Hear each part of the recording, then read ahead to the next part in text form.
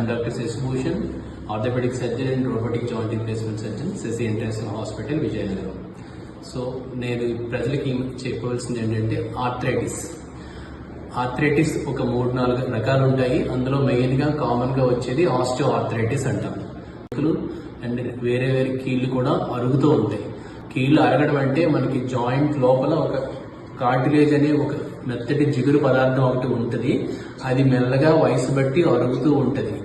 ఒక్కసారి ఆ కార్టిలేజ్ అరిగిందంటే మనకి డెఫినెట్గా అది రీజనరేషన్ అంటే మళ్ళీ రిపేర్ అయ్యే ప్రసక్తే ఉండదు. అన్లైక్ మనకి బోన్ ఏదైనా అయితే బోన్కి ఏమైనా ఫ్రాక్చర్ అయితే రీజనరేట్ అవుతుంది, కానీ కార్టిలేజ్ మాత్రం మళ్ళీ తిరిగి తయారవ్వదు. సో అలాంటి పరిస్థితిలో మనకి ప్రజలకి ఏంటంటే ఒక్కసారి ఆస్టియో ఆర్థరైటిస్ వచ్చేసిందంటే ఏదో డేంజర్ అయిన పెద్ద జబ్బు ఏదో వచ్చినట్టు చాలా మంది అపోహలు పడుతూ ఉంటారు. అండ్ కంపల్సరీగా ఆపరేషన్కి వెళ్ళాలి అని భయపడుతూ ఉంటారు ప్రజలు.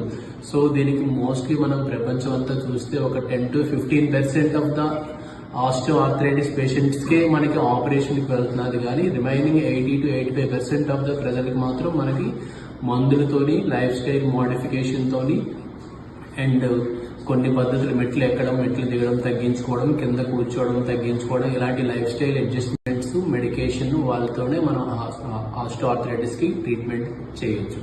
సో ఎవరైతే మనకి ఈ మందులతోని, ఫిజియోథెరపీతోని రెస్పాన్స్ అనుకున్నట్టు రాదో, ఎవరికైతే డైలీ యాక్టివిటీ ఆఫ్ లివింగ్ అంటే ప్రతిరోజు దినచర్యల్లో కూడా ఇబ్బంది పడుతూ ఉంటారో వాళ్ళకి మాత్రం మన ఆపరేషన్ అనేది ఉంటుంది. అది మెయిన్గా ఏంటంటే కీళ్ళు మార్చే ఆపరేషన్ అంటారు.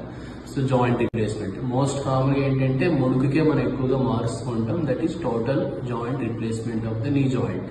సో దాంట్లో ఏంటంటే ఈ 2 ఎముకలు ఉంటాయి. ఇందులో ఆ కింద భాగం ఎముకకి ఆ అరిగిపోయిన ఎముకను తీసేసి ఒక ఆర్టిఫిషియల్ మెటల్ ఇంప్లాంట్ పెడతాం. ఈ ఎముకను కూడా అరిగిపోయిన పార్ట్ని తీసి ఇక్కడ ఒక మెటల్ ఇంప్లాంట్ పెడతాం.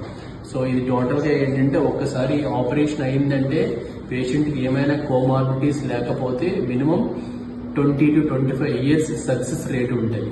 అండ్ అట్లీస్ట్ 100 సర్జరీస్ చేస్తే minimum 90% of the surgeries successful outcome వస్తుంది.